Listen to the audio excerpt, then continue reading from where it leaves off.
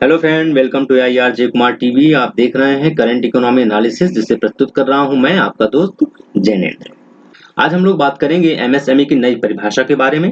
दोस्तों, वर्तमान में कोरोना वायरस यानी कोविड-19 के कारण दुनिया भर में स्वास्थ्य सुविधाओं के साथ साथ आर्थिक संकट उत्पन्न हो गया है। इस आर्थिक संकट को 1930 के दशक की महामंदी के बाद का सबसे बड़ा संकट माना जा रहा है। इसी को देखते हुए दुनिया भर के देश कोरोना वायरस प्रोत्साहन पैकेज की घोषणा कर रहे हैं।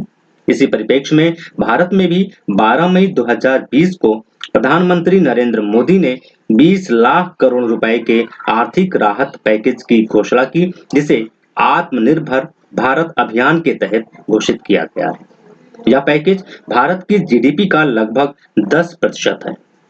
13 मई 2020 को वित्त मंत्री निर्मला सीतारमण जी ने प्रधानमंत्री द्वारा घोषित 20 लाख करोड़ रुपए के आर्थिक राहत पैकेज का सेक्टर वाइज विवरण प्रस्तुत किया है, जिसके तहत सबसे अधिक 3 लाख करोड़ रुपए एमएसएमई सेक्टर को आवंटित किया गया है। एमएसएमई सेक्टर को आवंटित धनराशि चर्चा में रही। साथ ही साथ जो सबसे अहम बात चर्चा में रही वो रही एमएसएमई सेक्टर की नई परिभाषा को लेके। आज के इस वीडियो में हम लोग एमएसएमई सेक्टर की नई परिभाषा और उसकी पुरानी परिभाषा से तुलना करेंगे और साथ ही साथ एमएसएमई सेक्टर का भारतीय अर्थव्यवस्था में क्या योगदान है इसके बारे में भी चर्चा करेंगे। तो आइए शुरू करते हैं। You watching AIR J Kumar TV. Watch and learn.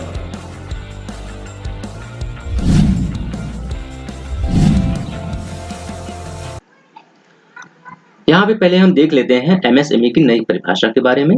सूक्ष्म, लघु और मध्यम उद्यम को एमएसएमई अधिनियम 2016 के तहत वर्गीकृत किया गया है, जिसके अनुसार वर्गीकरण को विनिर्माण एवं सेवा क्षेत्र में वर्गीकृत किया गया है।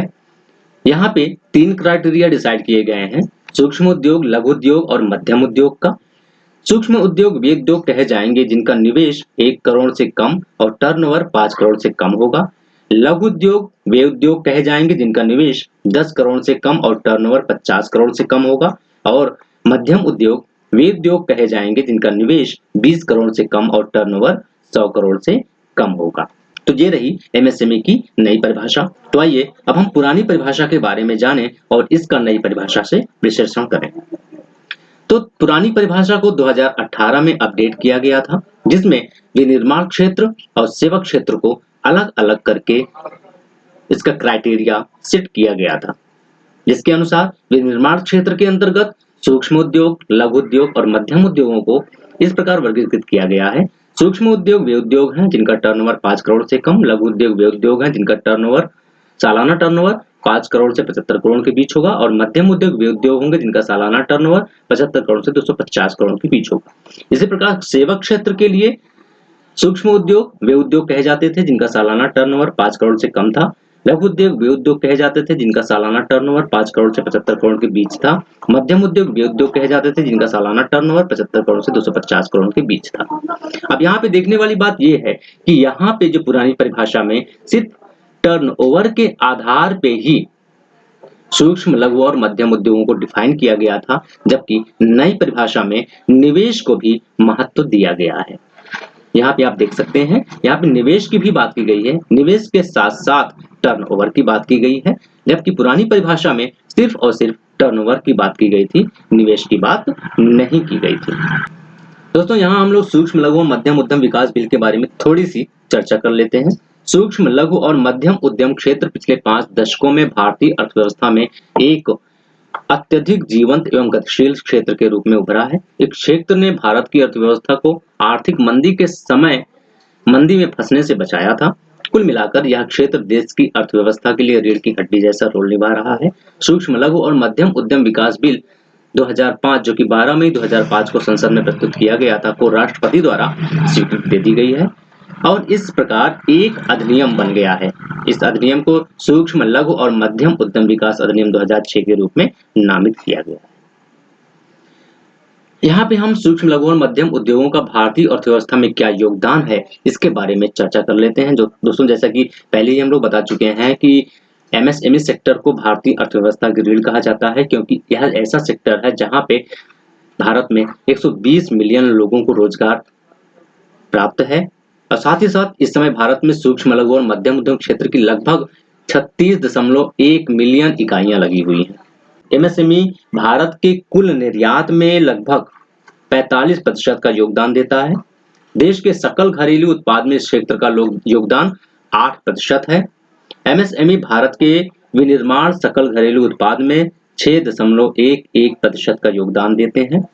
सेवा क्षेत्र से मिलने वाली जीडीपी में एमएसएमई सेक्टर का 25% का योगदान है।